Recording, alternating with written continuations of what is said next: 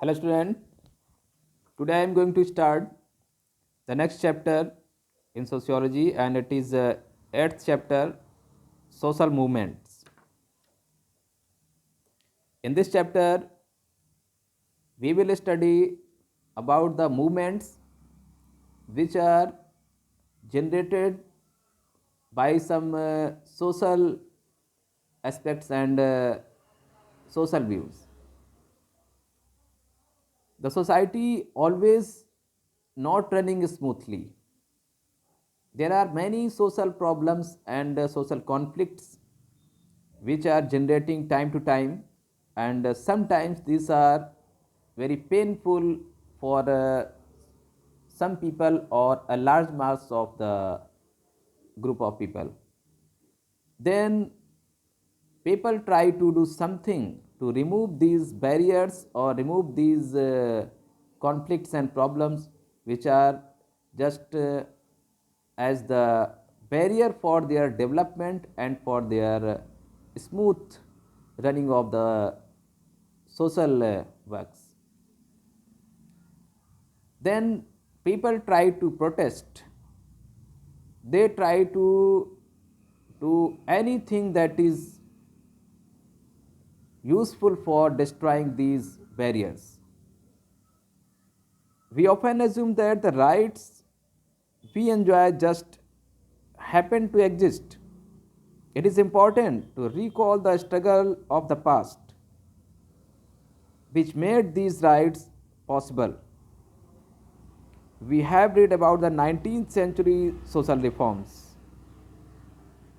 of the struggles against caste and gender discrimination, and the nationalist movement in India that brought us independence from colonial rule in 1947.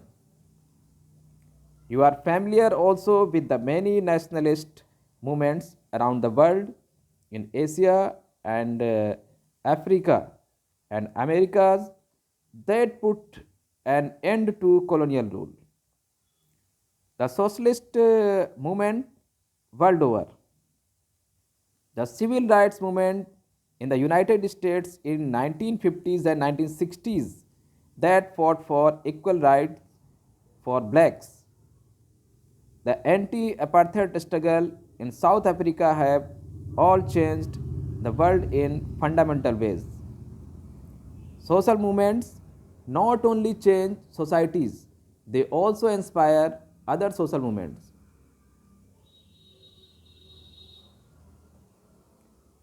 And the constitution played a major role in bringing about social change.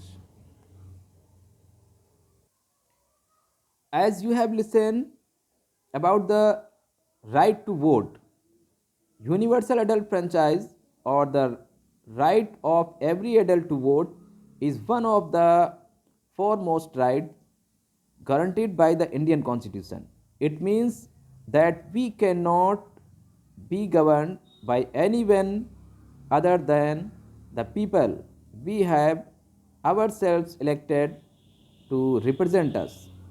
This right is a radical departure from the days of colonial rule when ordinary people were forced to submit to the authority of colonial officers who represented the interests of the British Crown. However, even in Britain, not everyone was allowed to vote. Voting rights were limited to properly owning men. But after a long struggle and long time period, the people signed the People's Charter asking the universal male suffrage, voting by ballot, and the right to stand for elections without owning property. But this was not enough. Women were not get the voting right as well the men were getting.